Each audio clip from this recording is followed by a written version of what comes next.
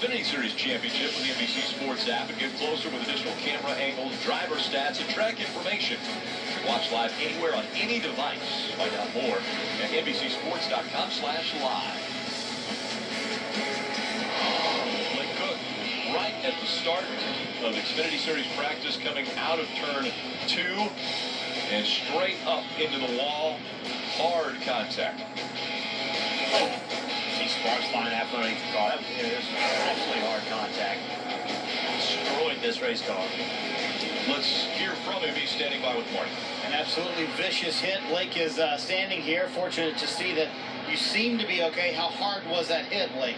It was hard. It was really hard. Probably one of my hardest, but it's better to do it practice in the race because, we're in this chase. We're going to fight hard, sitting third right now, so still have a great chance to have a great weekend. It shows the depth of my race team. The guys already have the backup car out. You saw Richard Childress looking at the car. It's just, I have such a strong team. I believe in my guys so much, and my sponsor, Leaf Filter.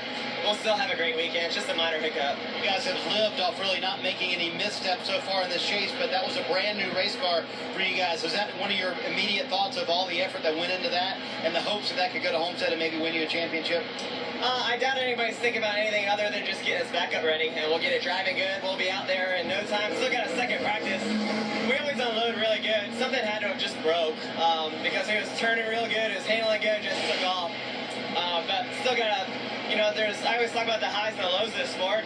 That's a low. You got to get through them and enjoy the highs. So still got to thank Xfinity for this chase format, making it exciting for us, and of course, Leaf Filter. Good to see that he's doing okay, and good to see the positive attitude as well. By the way, this backup car ran a few weeks ago at Charlotte, finished 11th in that race. It's been a consistent race car for them at the mile-and-a-half this year, but they would love to have that brand new race car again. Blake saying something broke in the middle of 1 and 2, Rick. Yeah, unfortunate as he will watch as the team is going to prepare that backup car and hopefully get him out for the second practice that will be run a little bit later this afternoon as we see Daniel Suarez, another one of the chase drivers.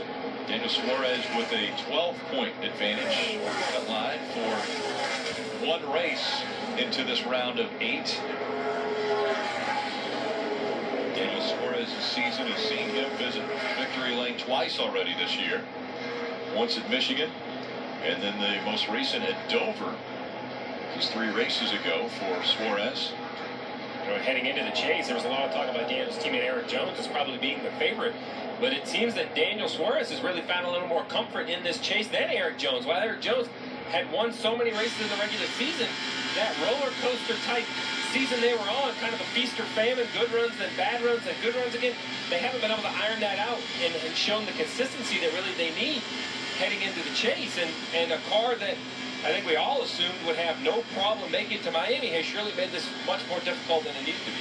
He has 4 wins already on the season. Has won here at Texas previously. If you take a look back at 2016 and Kentucky race, he and Ty Dillon racing for position up into the wall, and that made it very difficult for that team. They had a tire problem. They had to hit on the green, got themselves in bad shape, never could overcome it. When they came to Charlotte, and this is the penalty that I'm not sure if it hurt or saved them. Kyle Larson had about lapped the field, 20 comes to pit road, their rear tire gets away. That penalty hurt them, but the tire getting away actually created a caution, which might have saved them. And then to Kansas, and you saw the contact there on the restart. And Eric not happy at all about the way he was being raced, especially with the situation that he was in. They discussed it. Kyle Larson, Eric obviously saying, hey, I'm in the chase, I'm running for a championship, and you race me like that. It makes it difficult for me to go on and hopefully have a shot at winning this title.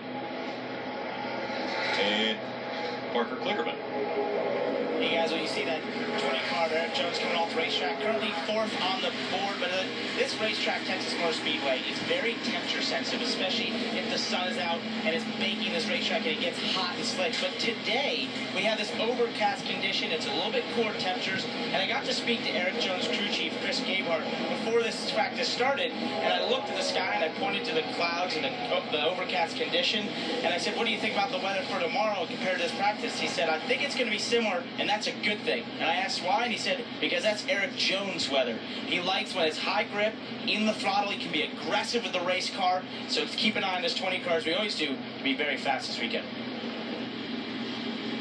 Again, as Stephen mentioned, feast or famine for the 20 team. And Eric Jones is looking for a feast at Texas. So far, though, it's Kyle Larson that's fastest.